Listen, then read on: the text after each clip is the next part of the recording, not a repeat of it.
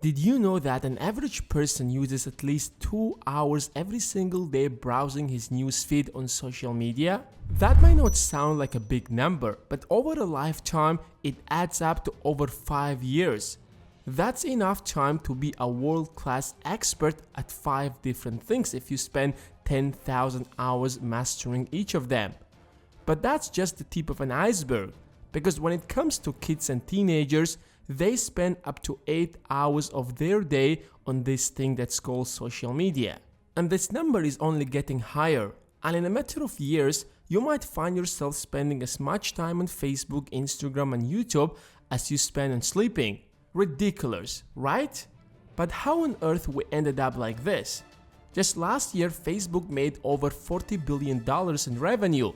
To put that number into perspective, the total budget of the entire country of Pakistan, which is one of the most populated countries in the world, is also a little over $40 billion. And a big chunk of that amount Facebook spends on figuring out how to make their platform as addictive as possible.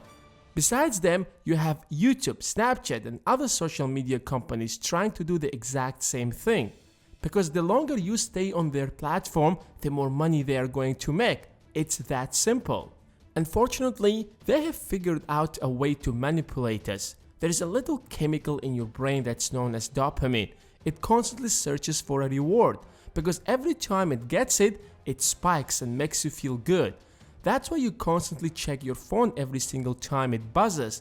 When someone likes or comments on your picture, or God forbid follows you, your dopamine surges. And when your brain knows that it can get an easy dopamine spike, it will constantly push you to check your Instagram even when your phone doesn't even buzz at all. And that's known as phantom vibration syndrome. The downsides of Instagram are far beyond that. Its number one disadvantage is that it destroys your self-esteem. The pictures that we post doesn't represent our life.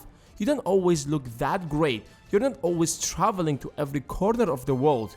But your brain thinks otherwise and believes that that's how his or her life is. And by nature, we compare ourselves to those pictures and realize that we are not living as good as them. That's like a bullet into your self-esteem. Of course, we can go on and on with the downsides of social media, but unfortunately, this video must end now. Thanks for watching, and I will see you in the next one.